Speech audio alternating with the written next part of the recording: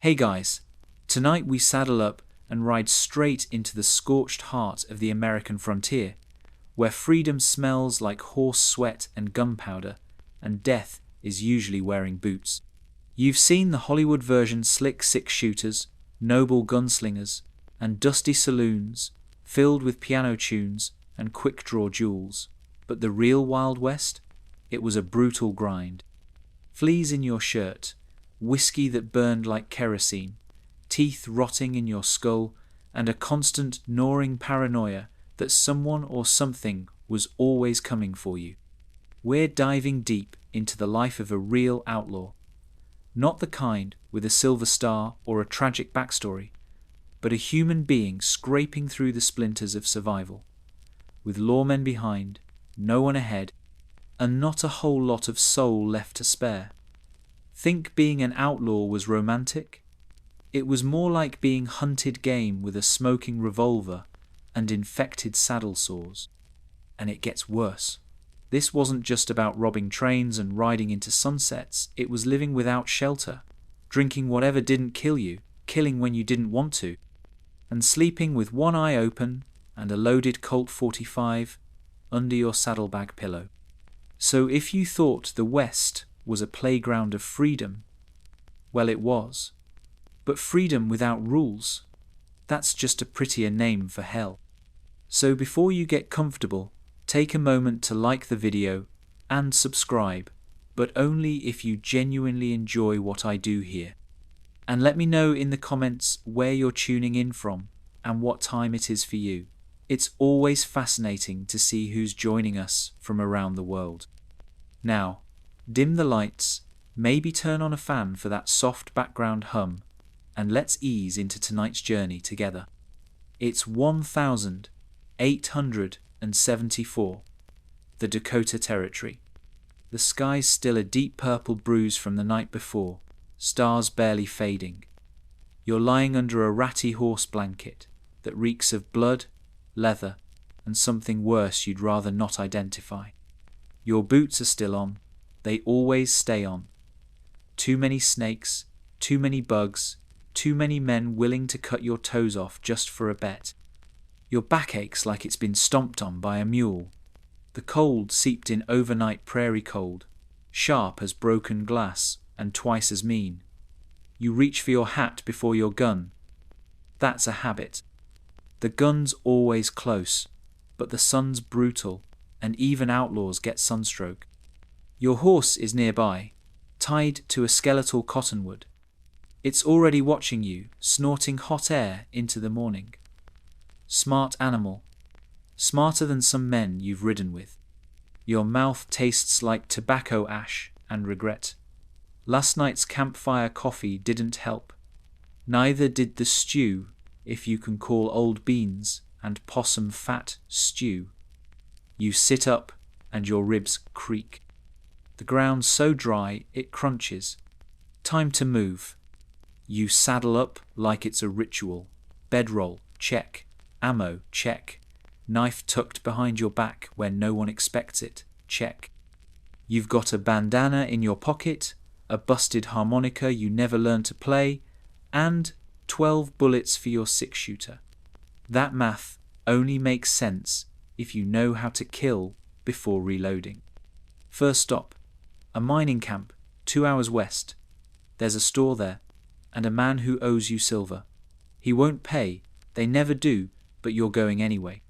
On the way, the landscape sprawls out like a dead god's ribcage. Nothing moves. Just dust and rock and scrubby mesquite. Coyotes lurk in the distance. You've learned to tell their howl from a human scream. You pass a rotting carcass, maybe a deer, maybe not. Buzzards don't care, they've picked it clean. A reminder, you're not the predator here. Out here, everyone's meat. Then you spot the tracks. Fresh, not animal, wagon wheels, deep ones, heavy load. Maybe a settler family, maybe a trader, maybe something worth stealing. You hesitate. That's the difference between living and dying. The old you, the younger you would have charged in guns blazing, The you now. You're leaner, colder. You know the signs. 2 sets of prints alongside the wagon. Could be guards or bounty hunters. They don't advertise and they don't miss. You steer off the trail, smarter to loop around, even smarter to live another day. Midday hits like a hammer. The sun's overhead now, baking everything under it. You stop to water your horse at a dried-up stream bed. You crack the canteen open, warm water. Tastes like rust and despair. But it's all you've got. There's a town up ahead, but calling it a town's generous. More like a half-dozen timber shacks, a saloon, a blacksmith, and a church no one goes to. You ride in slow, low in the saddle. Every pair of eyes follows you. Men watch from porches.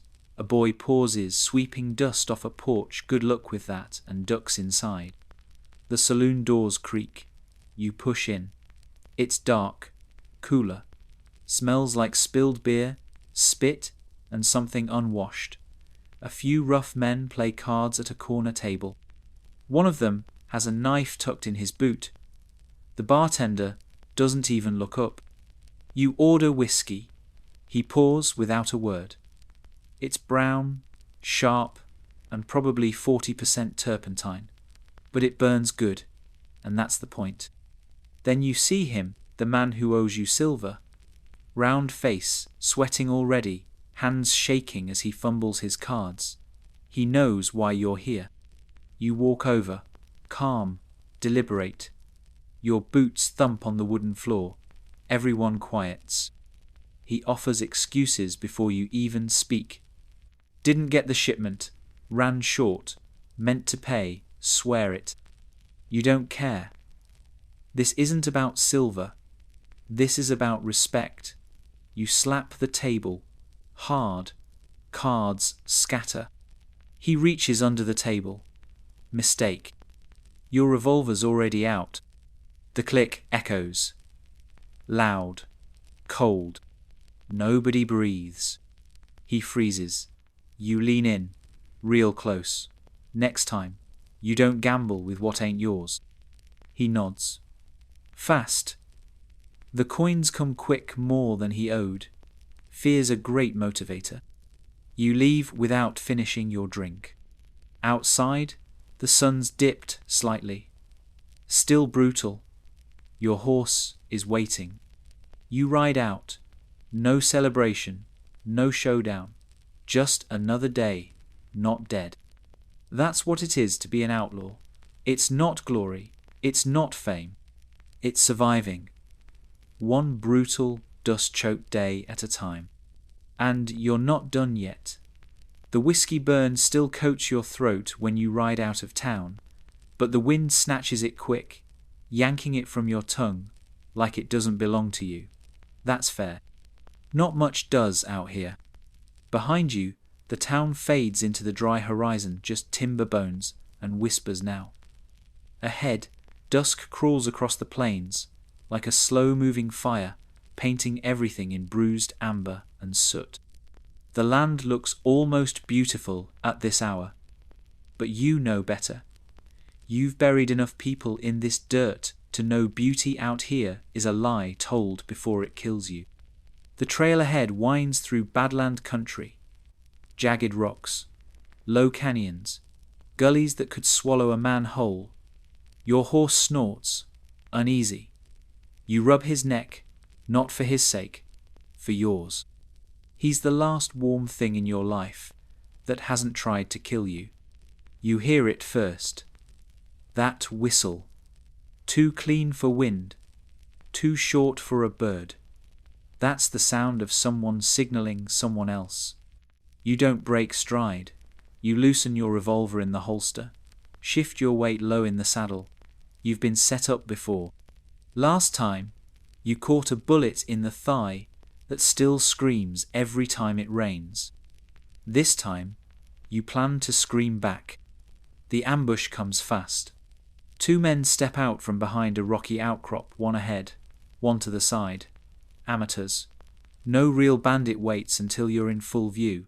These boys are nervous, twitchy, new to this game. doesn't mean they won't kill you. Inexperience makes men stupid. Stupid makes them dangerous. Drop your iron, friend, the one in front says.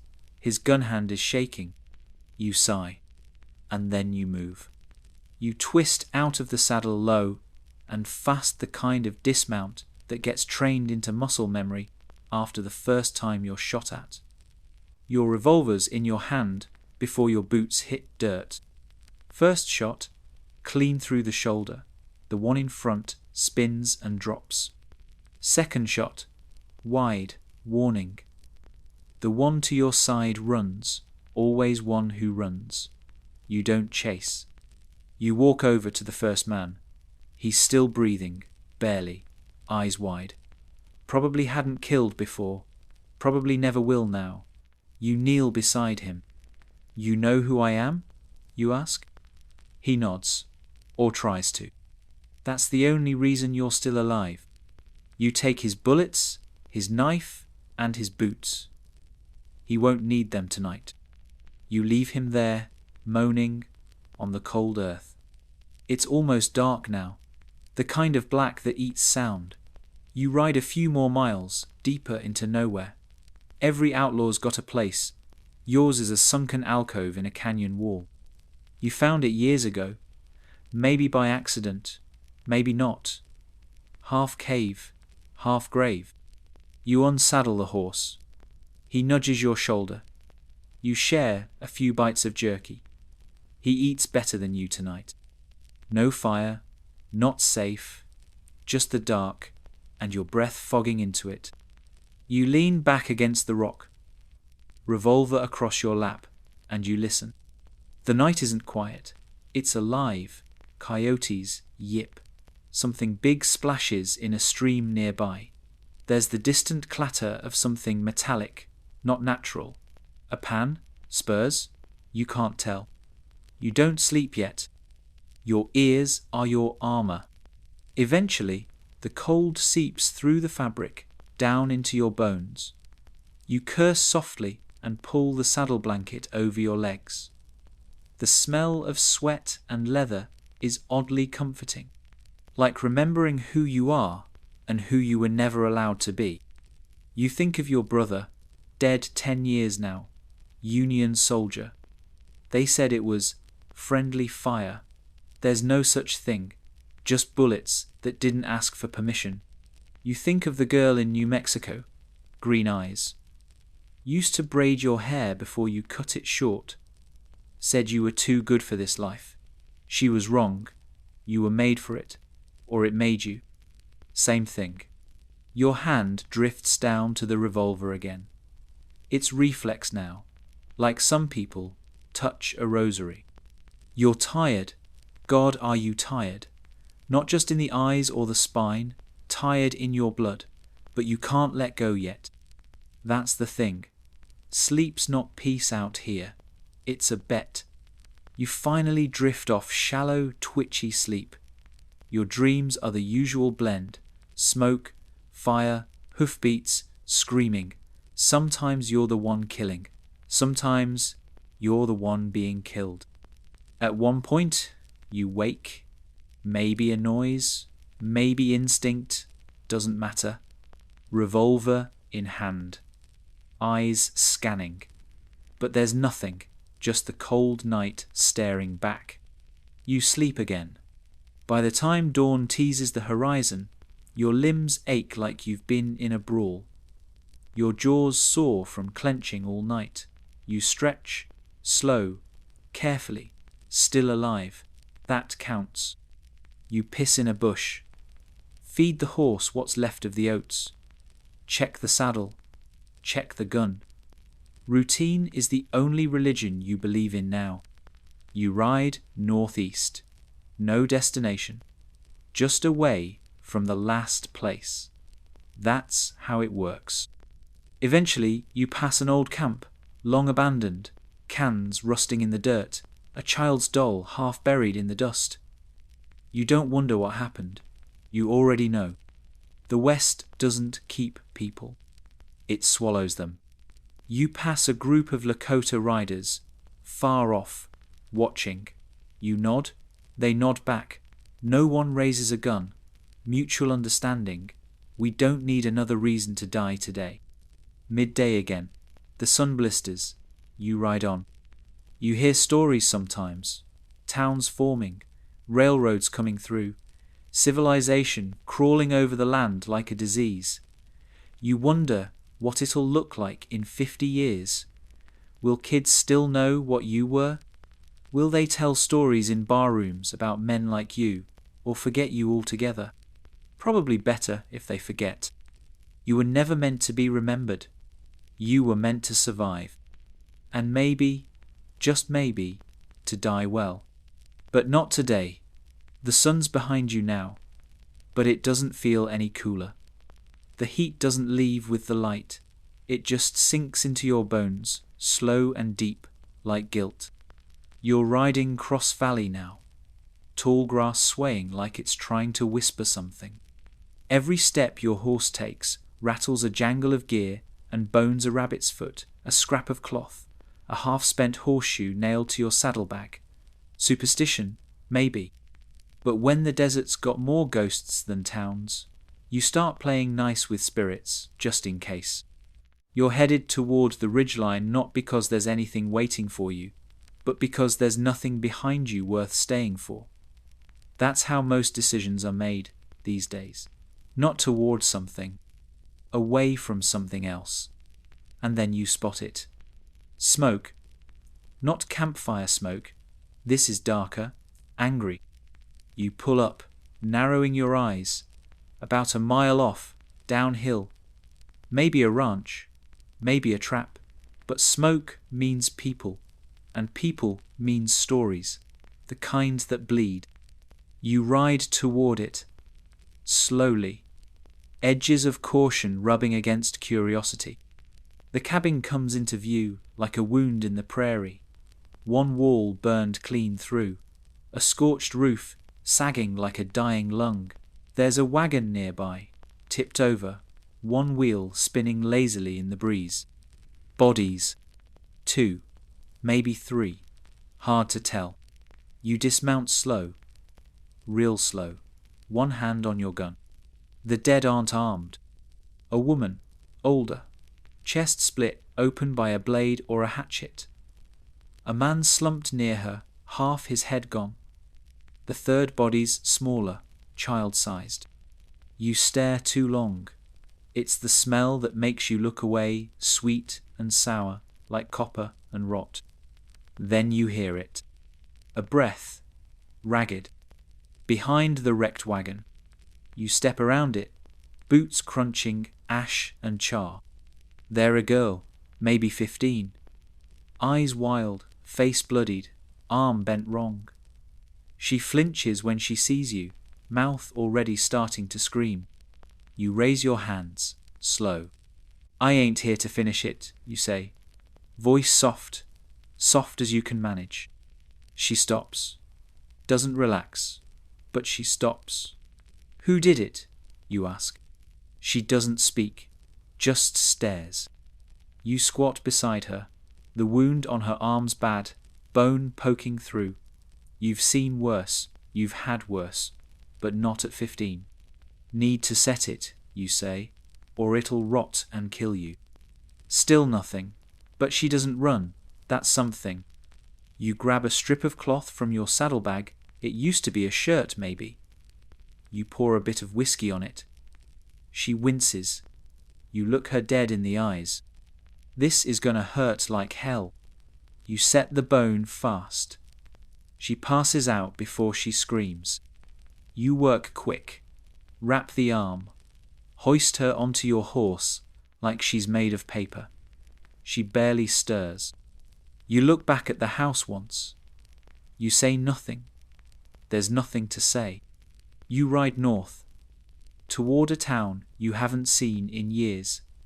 Deadwood. Not a safe place, but a place where pain goes unnoticed. She wakes once on the ride. Doesn't speak, just breathes. That's enough. You get her to town by sundown the next day. Deadwood doesn't ask questions. as long as you don't bleed on the floor. You bring her to the old doctor. He remembers you, doesn't smile. You hand him coin. He nods, takes her inside. You wait. Not sure why. You don't usually wait. When he comes out, he says she'll live. Arm will be crooked, but she'll live. You nod. He asks her name. You don't know. He asks your name. You lie. That night, you sit on a crate outside the saloon, a bottle in your hand, watching the town shift and groan around you like a dying animal. And you wonder something dangerous. Why'd you help her? It wasn't guilt. That's long dead. Wasn't obligation. You've walked past dying men plenty of times. Maybe, just maybe, it was memory. You were 15 once, and someone left you for dead. The difference is, you lived, and you became something else. She doesn't have to. You leave before dawn. No goodbyes, no name left behind. Just a stranger passing through. A shadow on horseback. Because in the West, stories don't end. They ride on. You can survive a bullet. You can survive a bounty, but you can't survive thirst. Water, it rules your life more than any lawman ever could. Every morning, you check your canteen before your gun, because a dry gun's still deadly. A dry canteen just means you'll die slower. There's a rhythm to finding it. Out here, in the high plains and broken deserts, you watch the plants. Cottonwoods mean groundwater. Mesquite tells you the roots go deep. Dig nearby, and maybe you'll find seepage. Cattle bones can lead you to dry creek beds. You track birds, 2 smaller ones, fly toward water at dawn and dusk. Sometimes you suck on river rocks, not for hydration, for tricking your body into making spit. Better than nothing, not by much. Once, in the Utah flats, you went 2 days without a drop. By the end, your tongue felt like burlap, your pee looked like syrup, and the sun was peeling skin off your neck like it had a grudge. You drank from a horse trough behind a saloon and didn't even gag at the floaters. It's not about standards, it's about survival. Food's a different beast. You eat when you can, which usually means old jerky, hardtack, canned beans, or something you shot yourself. Once you roasted rattlesnake over a mesquite fire, the meat's tough, but better than raw. Jackrabbit's lean, stringy, prairie chicken tastes like dirt unless you bury it in lard and salt. And salt god? Salt is gold. You carry a pouch of it tied to your belt, and you'd trade bullets before you'd trade it. Preserves meat, stops wounds from festering, even scrapes teeth clean. Not that your teeth are clean. Your mouth is a wreck. No one in the West smiles wide unless they're new or lying. You've got molars ground down to nubs, one canine half cracked. You chew with your left side only now. Every bite is a gamble between pain and sustenance. You carry a needle and thread, not for clothes, for skin. You've stitched your own thigh once, your forearm twice. Whiskey helps. Biting down on leather helps more. You've also used a hot knife to cauterize a bullet graze on your ribs. Smelled like pork. You puked afterward. Still hurts in the cold. Doctors? They're rarer than rain. You've seen 2 in the last year. One wanted coin you didn't have. The other wanted silence after treating a wound you weren't supposed to survive. You gave him both. Infection's the real killer, not bullets, not blades. It's the quiet rot that creeps under your skin when no one's looking. You've seen grown men die from splinters, from dog bites, from bad water. One guy died from a cut on his hand that went green and swelled until his whole arm popped like an overripe melon. Clean wounds fast. Pack them with lard and spider webs if that's all you have. Wrap 'em tight and pray. or don't. You gave up praying after New Mexico. Shelter? You don't build it, you find it. Old mines, burned out barns, shallow caves. Sometimes just a hollow beneath a cliff where wind doesn't reach. You carry a tarp in your saddlebag, stiff with old blood and soot, folded like a relic. It keeps rain off your head and nothing else. Fire is luxury and risk in equal measure. Warmth is tempting, but flames attract worse than wolves. You've sat through more freezing nights than you care to count, shivering like a wet dog, wrapped in a blanket that smells like every man who died under it before you. You sleep light, always. You've trained yourself to wake if your horse snorts, if the wind shifts, if something breathes wrong. You've woken up mid-choke with a hand on your throat and a knife in your boot that night, cost you a piece of your ear and most of your trust. There's no schedule out here, no breakfast bell or lunchtime whistle. You eat when you can, you sleep when it's safe, you move when you must. And always, always, you keep count of what you carry. On your person, Colt .45 revolver, 6 shots loaded, 4 extra rounds in your vest. Skinning knife, bone handle, small hatchet, not for combat, for campfire wood and breaking locks. Flint, 2 matches left. You ration them, like a starving man rations bread. A flask, sometimes whiskey, sometimes just hope. Tattered journal, with the names of men who owe you or who you owe, some crossed out, some not. $1 silver, you've never spent it, you don't know why. On your horse, canteen, half full. Saddlebag with jerky, rope, extra shirt, pair of dice. Bedroll that smells like dirt and dreams. A wanted poster with your name scratched out and someone else's written in. You use it for fire starter. You learn, in time, that survival isn't just a skill out here, it's a personality, a commitment. You become someone else. Someone who weighs every sound, every shadow, every stranger. You stop asking questions like, am I safe? You start asking, what'll kill me first? The sun? The cold? Hunger? Infection? That twitchy bastard in the next town over? And yet, somehow, you're still here. Every day is a coin toss, and so far, you've landed heads. But the longer you play the game, the more you start to wonder, what happens the day it comes up tails? You've learned something out here. Survival's just the baseline. If you want to stay free, you've got to earn. Problem is, gold don't fall out of the sky. And honest work? That door slammed shut the moment your face landed on a wanted poster. So you hustle, you steal, you cheat. Sometimes you lie with charm, sometimes with a gun, and every now and then you get paid just to disappear. Out here, money's not just wealth, it's silence, it's safety, it's a reason not to shoot you. You ride into town with dust on your boots and blood under your fingernails, and maybe, just maybe, someone's got a job. Could be a mine.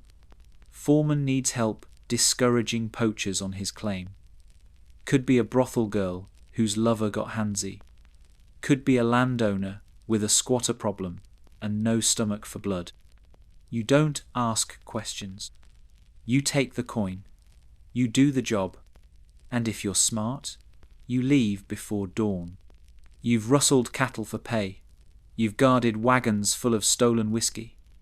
You've held up trains with men you barely trusted and ditched them before they could turn on you. You've even sold snake oil once, wore a borrowed coat, shouted a few fake Latin words, and promised cures for toothache and heartbreak. It sold like fire. That night, the real seller found you. He's buried near the San Juan River now. Outlaws aren't just fighters. They're inventors, improvisers, predators with ethics bent just enough to fit their own shape.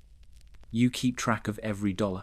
Not because you hoard it, you don't get to keep much, but because every coin you carry has blood on it, and you'd rather not carry someone else's mistake. Sometimes, someone pays you in bullets, or whiskey, or a piece of information more valuable than either, like the name of a bounty hunter headed your way, or the route of a mail coach carrying payroll for a silver mine. You listen, you remember, you stay ahead. But money only gets you so far. What really keeps you alive? Your horse. His name's Jackal, not because he's clever though he is, but because he eats anything and kicks like something hell grew for fun. You've had him for 6 years. Longer than any woman. Longer than most friendships. He's the reason you haven't been caught. You know every creak in his joints, every snort that means danger, every tail twitch that means he's about to bolt. You clean his hooves before your boots. You share your jerky when his feed runs low. You've stitched him up twice, once after he got caught on barbed wire, once after taking a buckshot graze during a botched river crossing. You've buried 2 men for trying to steal him. He's not fast, but he's smart, knows when to be quiet, knows when to run, and most importantly, he follows your scent. Once, you were shot and had to crawl 2 miles through brush, bleeding and half-conscious. Jackal found you, lowered his head, let you climb up. You don't believe in souls, but if anything's got one, it's him. Your gear's another matter. Everything's patched, repurposed, or stolen. Your belt holsters from a Confederate officer. Your rifle sling used to be a horse bridle. Your coat's got burn holes and knife slits, but it keeps the wind off. That's enough. You sharpen your knife on river stones. Clean your revolver with piss and cloth when oil runs out. A clean gun's a breathing gun, and out here, that might be the only thing you control. You trade when you can bullets for jerky, flint for cloth, boots for a night in a cot. There's no official currency out here. There's coin, sure, but value's slippery. One town will slit your throat for $1, another won't blink at 5. What matters more is debt and reputation. You carry a name, maybe not your real one, but one people know. A name they whisper across poker tables. A name that gets you a drink in some towns and a bullet in others. You've got allies, men who owe you favors, women who've hidden you in cellars, barkeeps who slide you notes about who's looking for you. But favors rot faster than meat. And nobody's loyal for long. You've got enemies too. You've made more widows than you can count. Shot lawmen, double-crossed partners, burned bridges you never even walked across. And then there are the bounty hunters. They don't wear badges. They wear wide grins and stitched coats. And they travel alone. They don't ask twice. They don't shoot to wound. You know 3 of them by name. 1 is dead. 1 is close. 1, you think, is watching you even now. Every town you ride into, you check windows before doors. Watch reflections in saloon mirrors. Sit with your back to the wall. You don't stay long. You ride in like wind. You ride out like thunder. You're not a ghost. Not yet, but you're getting closer. And still, somehow, you survive. You play poker when you can, not for fun, for food, for coin. You count cards like a priest counts sins with intention. You never cheat, though, not because you're honourable, because you know what happens to cheaters. You've helped hang 2 of them, watched their boots kick dust until they stilled. There's a strange economy out here. one that doesn't care about banks or ledgers. It cares about trust, fear, and memory. You learn how much a man is worth by how many others want him dead. You learn that silence has value, that mercy is expensive, and that the most valuable thing of all is time. Time not hunted, time not wounded, time just breathing, with the sun on your back and the sound of your horse chewing oats beside you. That's the real currency. And every day you're still spending it, not wisely, not cleanly, but spending it all the same. Because, in the end, there's only one bill that always comes due. And when it does, you'll be ready. Or you won't. But until then, you ride. They called it freedom. But the kind of freedom that existed on the American frontier was carved from bone and sweat, and it had a price tag stapled to every man's head. The Wild West wasn't a land of equality or second chances. It was a crucible, a social experiment without safety nets. And if you couldn't follow the rules, the real ones, the ones no one wrote down, you didn't last. There were systems here, not laws, not in any consistent, enforceable way, but codes, lived codes, spoken in actions, passed in looks, paid for in blood. At the heart of it all was the code of the West, not a written doctrine, but a floating set of expectations that hung over every saloon table, every jail cell, every dying campfire. 1. Never ask a man where he's from. He'll lie anyway. 2. Never shoot a man in the back unless he earned it. Then don't miss. 3. You don't touch another man's horse, hat, or woman, not without expecting to die. 4. You ride with who you ride with. Betrayal wasn't just a crime, it was a death sentence. These rules governed everyone: outlaws, sheriffs, miners, ranchers, and they were enforced not by courts, but by gunpowder and cold silence. Even among thieves, there was order. You didn't rob a church, you didn't steal from a man's last dollar, and you didn't shoot unless you meant to end something. Of course, people broke the rules all the time. That's why so many died early. Masculinity here was a narrow gate. A real man didn't complain, didn't ask for help, didn't cry unless his horse died, and even then, only if no one saw. He knew how to shoot straight, spit long, ride hard, and drink twice his weight. Emotion was weakness.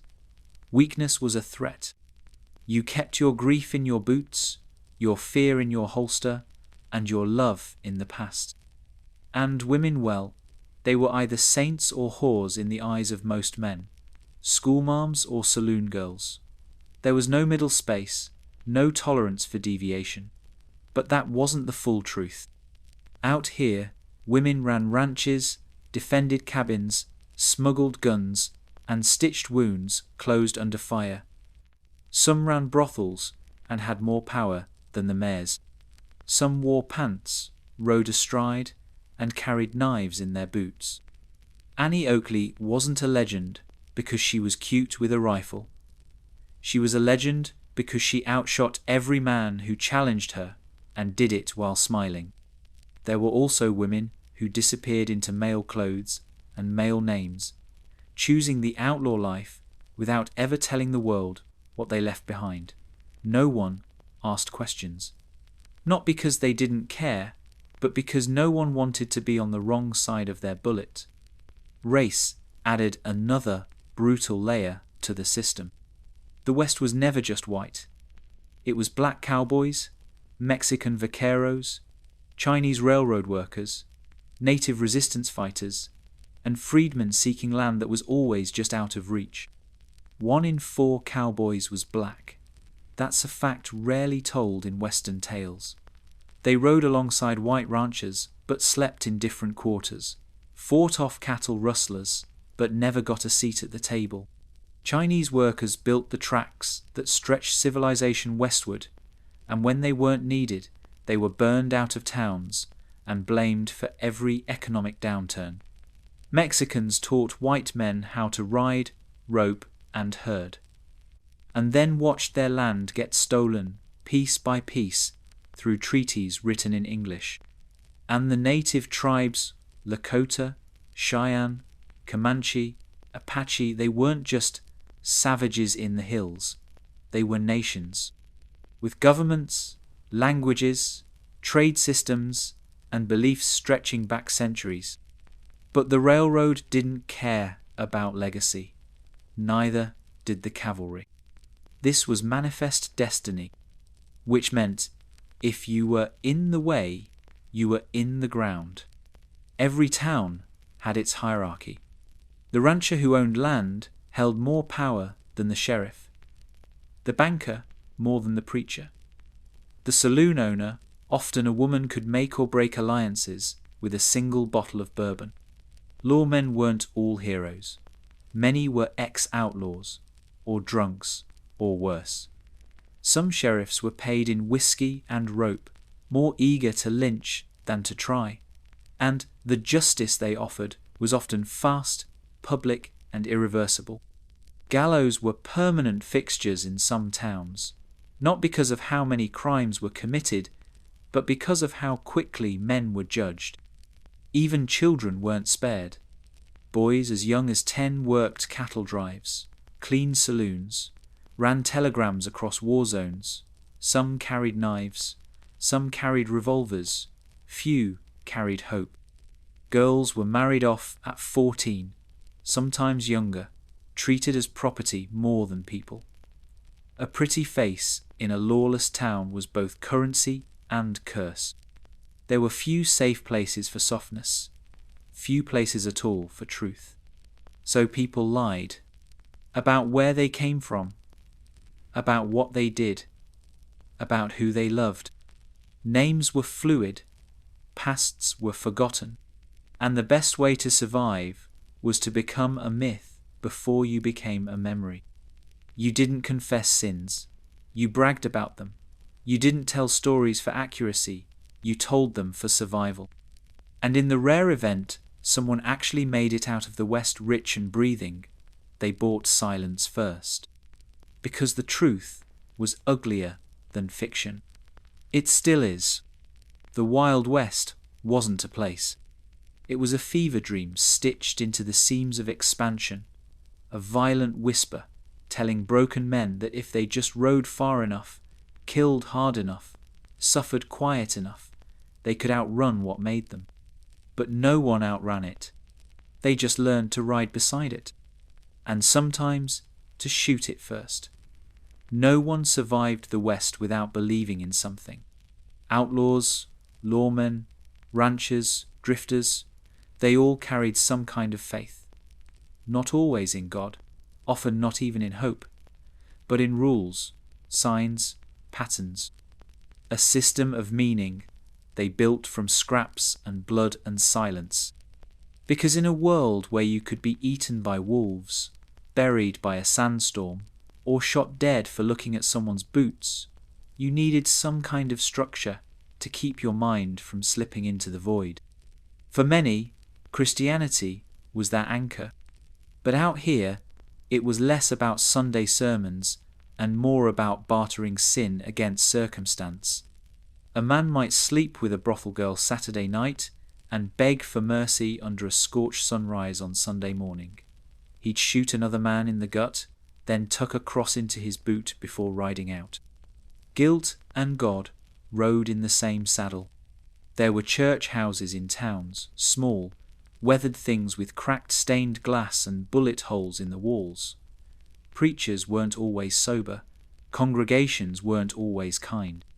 But every now and then, a hymn would drift through the night like something pure, something out of place in all that dust and decay. Outlaws had their own rituals. Some carried lucky bullets never loaded, just polished and kissed before a job. Others swore by specific boots, specific bandanas, the way their gun belt hung at a certain tilt. Superstition replaced scripture. You didn't kill a man on a Tuesday bad luck. You never used the same name twice in 1 month. You didn't cross a stream if the wind was blowing east. You never shot a coyote that looked you in the eye. Some swore coyotes were souls come back to test you. Others thought the wind carried messages from dead brothers, old lovers, towns that no longer existed. Native belief systems, stripped of context and mocked by settlers, still lingered in whispers. Spirit guardians, animal omens, burial blessings that even grizzled white cowboys would mutter when the night got too dark. And then there were the dreams. Dreams mattered. People claimed dreams of falling meant death, that losing teeth in a dream meant your horse would die, that if you dreamt of fire, someone you loved was already gone. You didn't ignore a dream, not out here, because if the land didn't kill you, the silence might. So you made rules, you drew lines in the chaos, you believed in something. Some outlaws worshipped the desert itself, its cruelty, its clarity, the idea that only the strong survived and the land was God's way of sorting who belonged. Some swore by fate not as an excuse, but as a surrender. It was meant to be, they'd say, after a partner died, after a deal went bad, after their hand trembled on the trigger and they missed the shot that should have saved them. Fate was a comfort. It told you your mistakes weren't really yours. But not everyone believed in destiny. Some believed in reputation. Your name was your altar. You fed it stories, oaths, victories. You made it fearsome. You made it sacred. And when you died, you hoped it lingered longer than your body. That someone would carve it into a bunkhouse wall, or whisper it around a dying fire, or find it scrawled in the back of a wanted poster long after the ink had faded.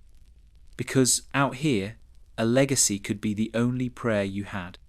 Women, especially those not protected by a marriage, or a man, often held more nuanced beliefs. They lit candles on windowsills, wore herbs in their hair, whispered to the stars. They hid saints in lockets and curses in lullabies. A saloon girl might smear ashes on her chest before a big night for protection. A midwife might leave offerings at the edge of a stream. Some of it was inherited from old country traditions. Irish, German, African, indigenous, braided into something new and raw and desperate. Because when no one protected you, you had to learn to protect yourself, even if that meant believing in something invisible. And there were those who believed in nothing or claimed they didn't. Men who'd seen too much, done too much, who stared at the stars not with wonder, but with contempt. Men who'd bury their own son, then curse God for being silent. But even they flinched at lightning. Even they muttered apologies to graves. Because death was always listening out here, and belief, no matter how cracked or crooked, was the only way to speak back. You'd find symbols carved into rock walls, charcoal marks on the inside of barn doors, animal skulls left on fence posts, some for protection, some as warnings, some just because fear had to go somewhere. There were rules for dying, too. You didn't kill a man while he was sleeping. You didn't leave a corpse unburied if you could help it. You didn't loot a body without covering its eyes first.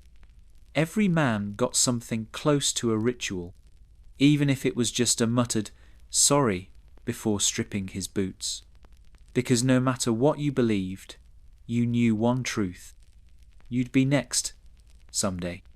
And you hoped, prayed, maybe that someone would offer you the same quiet mercy. Even if it was just a shovel and a stone.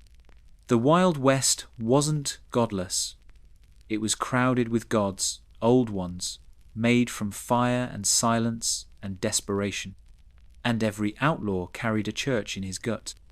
Sometimes it looks like vengeance, sometimes regret, but it was always there, always waiting to be answered. By the late 1800s, the American West had become something bigger than any one outlaw, any one town.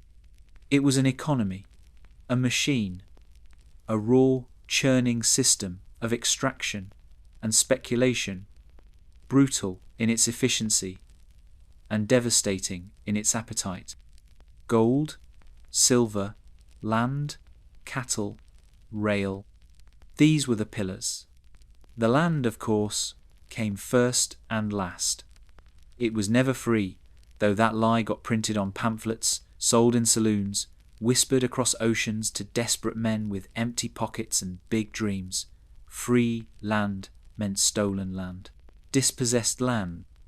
The Homestead Act of 1862 promised 160 acres to anyone who would improve it.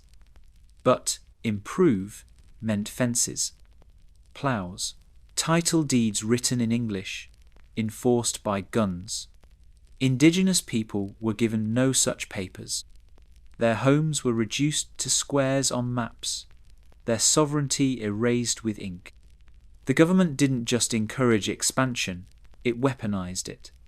Railroads were subsidized, wagon trains were protected, and entire cavalry units were dispatched to pacify those who dared to resist. And behind the violence was money. Big money. Rail companies like Union Pacific and Central Pacific weren't just building track, they were laying down the spine of empire. Each mile of rail built earned them land grants, vast swaths of territory, flanking the tracks, sometimes stretching hundreds of miles. That land was flipped, sold, farmed, or leased. Profits stacked like cordwood. And who laid the track? Men with no power. Irish immigrants in the east, Chinese labourers in the west, freedmen, Mexicans. They worked 12 to 16 hours a day, slept in tents or holes in the ground, drank polluted water, and died by the dozens. Dynamite blasts took limbs. Rockslides crushed spines. When one man fell, another took his place. No compensation, no questions. Mining was just as vicious. Boom towns exploded overnight when veins of silver or gold were discovered. Deadwood, Tombstone, Virginia City. But it wasn't the miners who got rich. It was the companies. Most miners worked on spec or for day wages. They paid for their own tools, their own meals, sometimes even their own injuries. A handful struck it lucky. Most struck rock, rot, and debt. The ore was hauled out in mule carts, melted in smelters that coughed poison into the sky, and shipped eastward by rail to be turned into coin, federal coin, minted with the faces of presidents who never once set foot on the frontier. And while the miners dug, the ranchers branded. The cattle economy was its own kingdom. After the Civil War, Texas was flooded with wild longhorns, tough beasts, half feral, lean and mean as the men who tried to ride them. Open range grazing let herds stretch across thousands of acres. Cowboys, most of them underpaid, underfed, and under 25, drove cattle north to rail hubs in Dodge City, Abilene, and Kansas City. The famous long drives weeks on horseback, through heat, rain, and Comanche territory, made icons out of men whose names were never written down. Cowboys slept in dust, ate beans, drank rock-gut whiskey, fought over cards and women, and died often from infection, snakebite, or miscalculated swagger. But for every steer delivered to a rail car, the ranch owner got richer. Some cattle barons became millionaires, their brands known across counties, their sons educated back east, their land guarded with private gunmen. Land wars erupted as barbed wire fencing started to replace the open range. Fences were cut, guns were drawn. It was capitalism at its sharpest and most personal. And then there were the towns. Not just dusty frontier outposts, but engines of profit. Every saloon sold whiskey by the pint and women by the hour. Every general store sold flour at triple the Eastern price. Sheriffs were often paid bonuses for keeping crime under control. That didn't always mean reducing violence, it meant making sure the right people profited from it. Gambling halls, brothels, and bathhouses were more than entertainment, they were economic ecosystems. Madams were power brokers.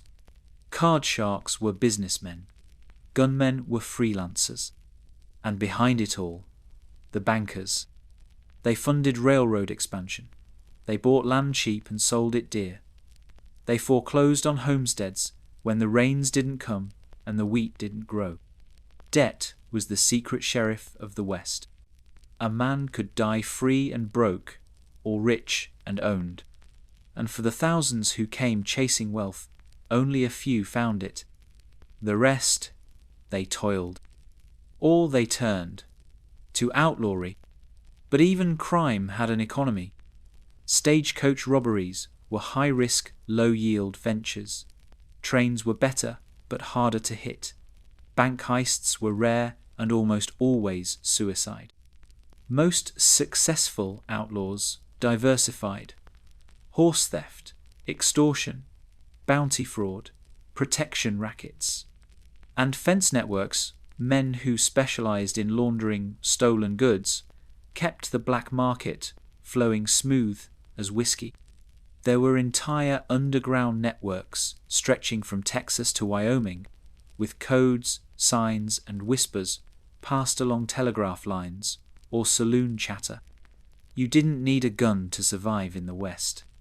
But if you didn't understand the system, you wouldn't survive long. Because everything, every bullet, every coin, every breath had a price. And if you didn't pay it, someone else did. Usually with blood. By the turn of the 20th century, the Wild West was dying not with a bang, but with paperwork. The railroads had finished their conquest. Telegraphs stitched the country together like surgical wire. Towns were incorporated, courthouses built, fences strung across the once endless plains. Law, real law, came not with a sheriff's tin star, but with federal agents, circuit courts, tax collectors. The days of frontier justice, public hangings, quick duels, outlaw poses gave way to litigation, land disputes, clerks with ink-stained fingers. The cowboy, once a dirty, overworked teenage laborer, was rebranded as America's noble savage. The outlaw, once a starving, infected fugitive scraping through life with one good boot, was turned into a rogue with a moral code and a smirk. The West itself, violent, stolen, burning with displacement and genocide, was bleached into sepia and sold back to the public as a place of honor, grit, and rugged individuality. And just like that, the truth was buried beneath the legend. The collapse didn't happen overnight. Drought killed the crops. Capitalism fenced off the open range. The cattle boom imploded under its own fat. Rail monopolies choked the towns they once connected. Indian wars ended not with victory, but with starvation. The Lakota were confined to reservations. The Comanche, once rulers of the southern plains, were a whisper of what they'd been. Apache leaders like Geronimo were paraded in chains for eastern tourists. Entire nations were erased, renamed, misrepresented. Black cowboys, a quarter of the entire workforce, vanished from the record. Chinese railroad workers were driven from towns with fire and fists. Mexican vaqueros were written out of the cattle narrative entirely, despite having taught white Americans how to ranch in the first place. The brothel madams who built economies were replaced with virgin idealized schoolmarms in dime novels. Even the land changed, forests clear-cut. Buffalo herds annihilated tens of millions down to a few hundred, bones stacked like white pyramids on the prairie. And the guns went silent. Not because peace had come, but because money had. Corporations took over where cowboys left off. Mining became industrial. Ranching became commercial. Justice became bureaucratic. And the rough men who defined the era, they either died young or disappeared into anonymity. A few sold their stories to newspapers. Some stood for portraits, holding the rifles that once fed them. Others drank themselves to death in dusty corners of towns they helped build. And then came Hollywood. The first Western films appeared in the early 1900s. By 1920, they were America's favorite genre. By 1950, they were mythology. Actors like John Wayne, Gary Cooper, and Clint Eastwood didn't just play cowboys, they defined them. Gone were the pox scars, lice, and frostbite. In their place, perfect hats, noble motives, good versus evil. Towns were clean. Horses never stumbled. Outlaws had tragic pasts and principles. Even brothels were cleaned up, rebranded as saloons with dance girls. It was history repackaged as national identity. Violence became virtue. Theft became freedom. Conquest became destiny. The cowboy hat became a symbol of masculinity. The revolver, a symbol of justice. The West, a symbol of American exceptionalism. But none of it was real. The real Wild West was dirtier, meaner, crueler, more diverse, more desperate, more human, and more forgotten. Even the outlaw legends were twisted. Billy the Kid was a traumatized teenager who killed to survive. Jesse James was a Confederate terrorist turned bank robber. Butch Cassidy died, broke, and on the run, not smiling in the sunset. Calamity Jane drank herself to sleep after burying more children than friends. These weren't folk heroes, they were people. Some brave, some monstrous, most just trying not to drown in a world that punished poverty and praised violence. But America doesn't like complicated stories. It likes winners, it likes redemption, it likes a clean moral arc. So it scrubbed the blood, redrew the maps, and sold the West back to itself as a playground of courage and self-reliance. It took a genocide and called it settlement. It took unpaid labor and called it pioneering. It took exploitation and called it taming the land. And yet, something still lingers. In the ruins of ghost towns, in the bones scattered across the desert, in the journals hidden in attic trunks, the real West didn't die. It just got buried. And sometimes, if you ride far enough into the Badlands, into the high deserts, into places without signs or cell phone towers, you can feel it. The silence, the weight, the smell of dust and old iron, the ghosts of men and women who never made the history books, but whose blood still feeds the soil. They weren't heroes, they weren't villains. They were hungry, they were tired, they were complicated, and they built this country with scars and broken teeth. So the next time you see a cowboy on a movie screen standing tall, pistol shining, saving the day, remember, he's fiction. But the real man who froze to death outside a mining camp after losing his last dollar in a crooked poker game, he's in the dirt, and his story is the truth. Baghdad is burning. It is the year 1258, and the smoke from the greatest library on earth is rising into the sky like the death cry of a civilization. Ink runs through the Tigris like blood. Bodies line the streets. The wind tastes like ash and copper. The Mongols have come, and everything is dying. This isn't just the fall of a city. This is the extinction of an age, the brutal, surgical termination of the Islamic Golden Age, by a people who have no gods, no mercy, and no use for civilization. The caliph's banners still flutter above the palace walls, but they mean nothing now. His soldiers have dropped their scimitars. Some are sobbing, some are praying. Some are just sitting in stunned silence as the enemy tightens its noose. The Mongols are precise in their horror. They did not arrive by accident. They were summoned indirectly by arrogance, by miscalculation, by the fatal belief that Baghdad could not fall. But it could, and it would. Baghdad had been the beating heart of the Islamic world for 500 years. A city of philosophers, astronomers, physicians, poets. It held libraries that made Europe's look like kindling piles, hospitals that treated the poor for free, observatories that mapped the stars with a sophistication unmatched outside China. But knowledge doesn't stop arrows, and neither does pride.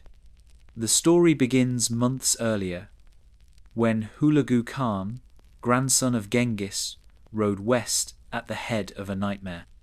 Not just cavalry, not just archers, a war engine. Tens of thousands of disciplined killers who had already destroyed the Khwarezmian Empire, Persia, and the assassins of Alamut. They were efficient, cruel, calculating. And they brought engineers, Chinese siege experts, Persian traitors, Korean labourers, a mobile arsenal capable of tearing down walls that had stood for centuries. Hulagu's message to Caliph al-Mustasim was simple: surrender or be destroyed. The Caliph, convinced of his divine protection and the prestige of his city, refused. He underestimated the Mongols. Everyone did, until it was too late. The siege began in January. Cold rains turned fields to mud, but the Mongols didn't flinch. They built siege towers, trebuchets, catapults, that hurled rocks the size of oxen. They dammed the Tigris, cut off food and water. Inside the city, fear turned to starvation, then desperation, then madness. Refugees clawed at palace gates. The price of bread climbed until it vanished altogether. Rats were eaten, dogs, then infants. No help came. The Islamic world was fragmented, too divided, too late. And so, on February 10th, 1258, the gates fell. The Mongols flooded in, and the killing began. For 7 days Baghdad bled. Not a targeted purge, not selective execution, a total purge. Scholars, doctors, clerics, mothers, children, no one was spared. The House of Wisdom, the greatest library in the world, was torn apart. Books were flung into the river. Their ink ran black into the Tigris for days. Some say the river ran blue from all the manuscripts. Others say it ran red. Either way, it ran full of 1,000 years of accumulated knowledge, wiped out in a week. Mosques were set ablaze. Hospitals gutted. Men were beheaded in rows. Women were raped and then killed. The Caliph's family, dozens of them, were executed, one by one. As for the Caliph himself, Hulagu spared him briefly. Then, according to some accounts, rolled him up in a carpet and trampled him to death under horses. Mongol tradition forbade shedding royal blood. But nothing said anything about crushing the breath from a man's lungs. By the time it ended, between 200, 0 and 1 million people were dead. The numbers blur in the smoke. Baghdad was no longer a city. It was a corpse. The Mongols didn't rebuild it. They moved on, westward, towards Syria, toward more blood. They didn't need cities. They didn't believe in permanence. They believed in power, in obedience, in the silence that follows annihilation. The Islamic world reeled. This was more than a military defeat. It was a cosmic wound. Baghdad had been not just a capital, but a symbol of what Islam could be, a civilization of light, learning, innovation. And now, that light was smothered. The great scholars were gone. The manuscripts turned to mud.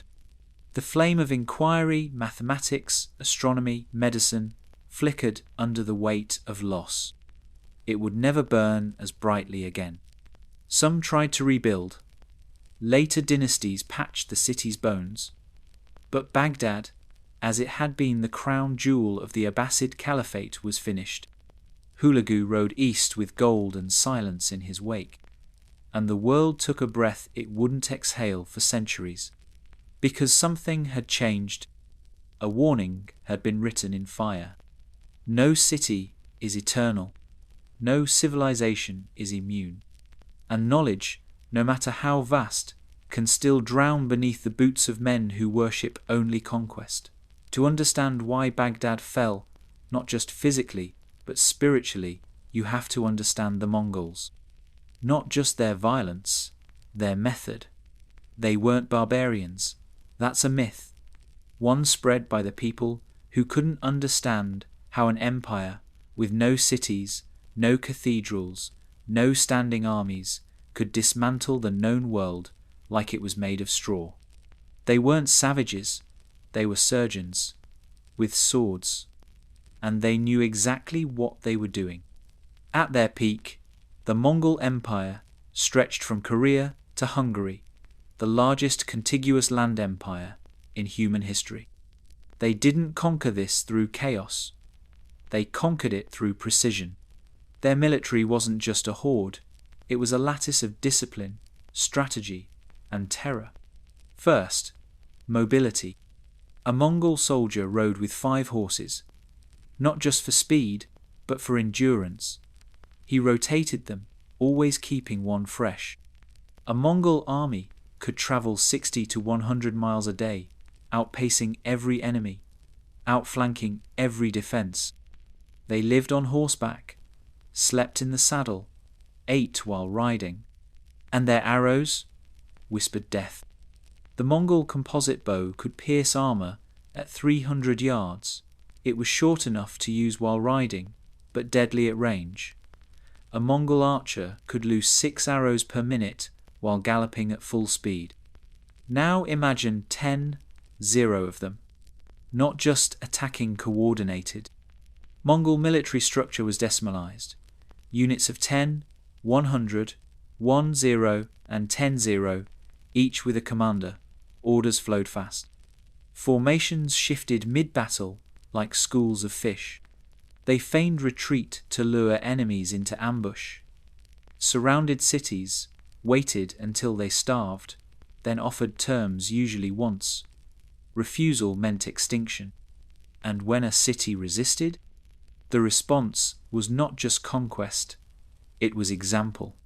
They didn't massacre for fun, they massacred for psychology. When Hulagu wiped out Baghdad, it wasn't just to punish defiance, it was to send a message westward to Syria, to Egypt, to every ruler with delusions of safety. This is what happens. Terror was a tactic, a weapon more powerful than the bow. Word of Mongol brutality always travelled ahead of them. Refugees, flooding roads, survivors, whispering, stories of cities erased, skull pyramids rising from the dirt. This wasn't random violence, it was marketing. Submit, and you lived, sometimes even prospered. The Mongols welcomed engineers, artisans, scribes. They protected trade routes, allowed religious freedom, built postal relay stations across continents. Resist, and you ceased to exist. The genius was in the simplicity. Every village became a fork in the road. Comply and become a client. Resist and become fertilizer. This binary choice, repeated 1,000 times, built the empire faster than swords ever could. And their intelligence system? Ruthless. Mongol scouts moved weeks ahead of the army, mapping terrain, assessing defenses, infiltrating populations. They hired spies from among enemy ranks, bought off ministers, and always knew what you thought they didn't. Their siege warfare was brutal science. They didn't just shoot arrows, they brought Chinese engineers to build catapults, trebuchets, siege towers, and early gunpowder bombs. They dammed rivers to flood cities. They diverted water to create plague-filled swamps. They weaponized nature. But the most terrifying thing wasn't their strength. It was their adaptability. They borrowed what worked. Always. From the Chinese, they took paper currency and siege tech. From the Persians, they learned administration. From the steppe, they brought endurance and unity. No ego, no nationalism, only results. If a tactic worked, it became Mongol. If a person was useful, they were spared, even elevated. But if you failed them, if you lied, resisted, mocked, you became a warning. When they destroyed Nishapur in 1221, they reportedly killed every inhabitant 100, 0 or more, because a Mongol commander's son had died during the siege. They leveled the city, then salted the ground. Whether the numbers exaggerated doesn't matter. The message wasn't. This is not your world anymore. This was the terror Baghdad felt as Hulagu's army approached. Not just fear of death, but fear of unmaking. The knowledge that what they'd built, art, science, medicine, architecture, meant nothing to the wind. That the libraries, scrolls, and sacred spaces that defined a civilization could be erased in a matter of days, and that the men riding toward them had done it before, and would do it again. The Mongols were not unstoppable because of rage. They were unstoppable because of cold, administrative logic. They killed when it served them, and then moved on. Their empire didn't last forever. It fractured like all empires do. But for a time, they rewrote the rules of conquest. They showed the world that power didn't need temples, that legacy didn't require literature, that an army with no cities, no cathedrals, and no mercy could bring kingdoms to their knees. And that sometimes fear is the only god that matters. The blood had dried, the screams had faded, the Mongols were gone. But Baghdad was still dead, not just as a city, as a symbol, as a center, as the intellectual soul of the Islamic world.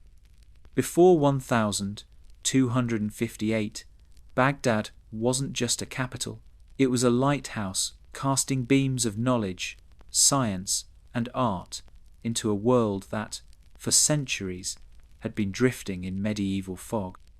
It had been a place where Christian scholars, Jewish astronomers, Hindu mathematicians, and Muslim poets gathered under the same roof, copying texts, debating stars, preserving history. It had been the House of Wisdom, a real place, not a metaphor. Founded in the 9th century under Caliph Harun al-Rashid and expanded by his son al-Mamun, the Beit al-Hikmah had grown into one of the most significant knowledge centers in human history. There were translation bureaus that rendered Greek, Sanskrit, Persian, and Syriac texts into Arabic, preserving Plato, Aristotle, Galen, and Pythagoras, while much of Europe was still burning witches and bleeding patients with leeches. Baghdad had mathematicians who pioneered algebra, the word itself from algebra, coined by al-Khwarizmi. Doctors who understood infection centuries before germ theory. Engineers who built water clocks, precision instruments, and irrigation systems still functional in parts of the Middle East today. Astronomers who calculated the Earth's circumference with eerie accuracy. Philosophers who debated existence without needing swords. This wasn't superstition or dogma. This was science. A civilization of light. And then in 7 days it was gone. Not just physically, culturally, spiritually. The Mongols didn't just destroy a city. They shattered a psychological center of gravity. The loss of the House of Wisdom was like burning the Library of Alexandria again, but with no Ptolemaic echo to remember it. Tens of thousands of books, some say hundreds of thousands, were lost. Ancient Greek treatises, Persian poetry, Indian surgical manuals, early chemistry texts, philosophical dialogues, mathematical breakthroughs, all of it dumped in the Tigris. Witnesses wrote that the river ran black with ink, then red with blood, then still. It said that entire generations of scholars were wiped out in a matter of days. The scribes, the translators, the teachers, gone, and with them momentum. The Islamic Golden Age, already slowing, stopped. It had survived earlier blows, political division, theological clashes, crusader invasions, but Baghdad's fall was different. It was a wound to the brain, and the world changed. Knowledge didn't disappear entirely. Cairo and Cordoba still held libraries, but the center of gravity shifted. In the vacuum left behind, intellectual life became more cautious. There was less risk, less wonder, less pursuit of knowledge for its own sake. The philosophical openness that had defined earlier centuries, where Greek texts were studied alongside the Quran, where science and scripture wrestled freely, hardened.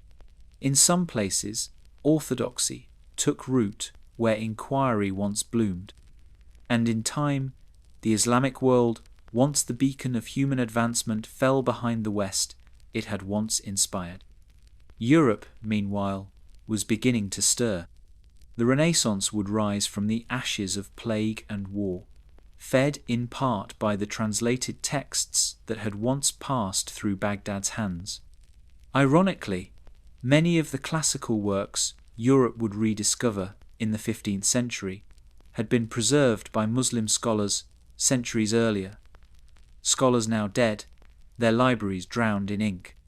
But the Mongol sack didn't just change history. It scarred memory. Even today, the fall of Baghdad remains a deep, psychic wound in the collective memory of the Middle East. It's not just seen as a military defeat, it's remembered as a cultural apocalypse, an end of promise, a reminder that civilizations, no matter how advanced, are mortal, and that ideas, for all their power, can still be burned. Even now, the ruins of the old city whisper stories, of paper turned to ash, of scrolls stomped under hoof, of men who died, quoting Aristotle, of doctors slaughtered before they could tend the dying, of a library where the future once lived until the past caught up with it, roaring on horseback, eyes full of steel. And Baghdad would rebuild partially, under later rulers, under Ottoman oversight, under modern states, but never the same, never again the lighthouse, and never again trusted by time. The fall of Baghdad was not the end of Islam, or of Arabic science, or of Middle Eastern identity, but it was a hinge point, a moment when the river of progress forked, and one path was swallowed by flood. The other, the one we still walk, carries traces of what was lost, equations rediscovered, words misremembered, ideas misunderstood, and the silence of what might have been. The word was carved into a tree. Croatoan. That's all they left behind. No blood, no bodies, no graves, no broken doors or burnt timbers, just a word. And 115 souls who vanished from the face of the earth. The Roanoke colony was supposed to be the beginning of something. The first permanent English foothold in the New World. A promise of empire. Instead, it became a question. A wound. A ghost story whispered through 4 centuries of American history. It began in 1587 with a fleet of 3 ships and a group of settlers, men, women, children bound for the coast of what we now call North Carolina. They were led by John White, an artist turned governor, and they landed on Roanoke Island in late July. It was not the first attempt. A previous group, sent in 1585, had clashed violently with local tribes and eventually returned to England. But this time would be different, they swore. This would be the start of a new England, a place to plant roots, build homes, raise children. And they tried. They built fences, raised shelters, dug wells. Some traded cautiously with local Algonquian tribes. But things soured quickly. Food dwindled, tensions flared, and the settlers, low on supplies and surrounded by a land they didn't yet understand, grew desperate. So in August, John White sailed back to England to gather reinforcements and fresh provisions. He left behind 115 colonists, including his daughter, Eleanor Dare, and his newborn granddaughter, Virginia Dare, the first English child born on American soil. He promised to return soon, but soon never came. White's return was delayed for 3 years. War had broken out with Spain. The Spanish Armada threatened English shores. Every available ship was conscripted. By the time White finally made it back to Roanoke in August of 1590, everything was gone. Not just deserted, erased. The palisade walls had been dismantled. Houses gone, tools, boats, weapons, all missing. There were no signs of struggle, no bodies, no cross carved into a tree, the agreed-upon sign that they'd left under duress. Instead, on a post of the abandoned fort, Croatoan, and nearby, carved into another tree, Crow. That was it. No other clues. White took it as a sign they had moved to Croatoan Island, present-day Hatteras, home to a friendly native tribe who had once assisted the colonists. But a storm hit. His ship was damaged. He was forced to turn back. He never made it to Croatoan. He never saw his daughter again. He never found his granddaughter. And so the mystery began. What happened to the lost colony? Over the centuries, theories have multiplied. Some say they assimilated with local tribes, becoming part of the Croatoan people, their Englishness melting into a new hybrid culture. Indeed, later explorers reported sightings of native groups with grey eyes, light hair, and English-style clothing, but no definitive link was ever found. Others argue they were massacred by hostile tribes, angry after the first colony's violence. But if so, where were the remains? The signs? The evidence? Still others whisper of Spanish agents sailing north from Florida to destroy England's foothold in the New World. A secret purge never recorded. Some go stranger. Famine-driven cannibalism. A plague that left no survivors. Even paranormal explanations, curses, portals, ancient vengeance. The truth? We still don't know. Archaeologists have searched. In 1000, 998. Ground-penetrating radar found buried objects nearby. In 2015, fragments of pottery and tools turned up on Hatteras Island, but nothing conclusive. Just hints, shadows. The word Croatoan continues to echo. It's appeared in strange places. On the bedpost of poet Edgar Allan Poe, as he died delirious and incoherent, whispering nonsense. In the final logbook entry of a lost ship in 1818, scrawled in a journal near the site of an 1888 unexplained disappearance in the Dakota Territories, and etched in the psyche of every American child who learns the story in grade school, the first colony, the lost colony. But for all its mystery, Roanoke is also a warning, a reminder that colonization is never clean, that the land isn't empty just because a map says so, that hope can rot, and that history sometimes refuses to give you answers. John White never recovered. He spent his last years drawing maps and faces, recreating, over and over, a place that no longer existed. Virginia Dare became a symbol, then a myth. Some claimed she grew up among the Croatoan, became a princess, was later transformed into a white doe by a tribal shaman, a child born in ambition, consumed by silence. Roanoke still stands, in pieces. Tourists walk its soil. Signs tell the official version. But the woods are deeper than they look, and the wind still knows more than it says. The lost colony wasn't the beginning of America. It was the first lesson, that the land does not forgive confusion, that time does not always preserve answers, and that some foundations were built not on stone, but on absence. The lost colony of Roanoke is more than history. It's a mirror, a reflection of everything America fears, hopes, and sometimes refuses to admit.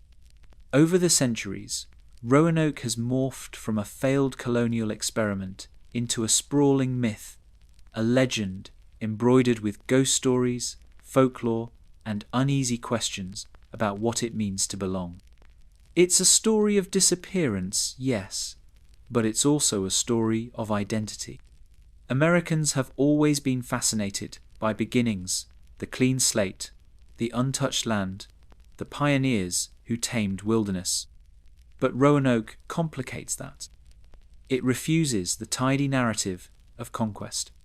Instead, it presents silence, the unknown, and with that silence comes discomfort.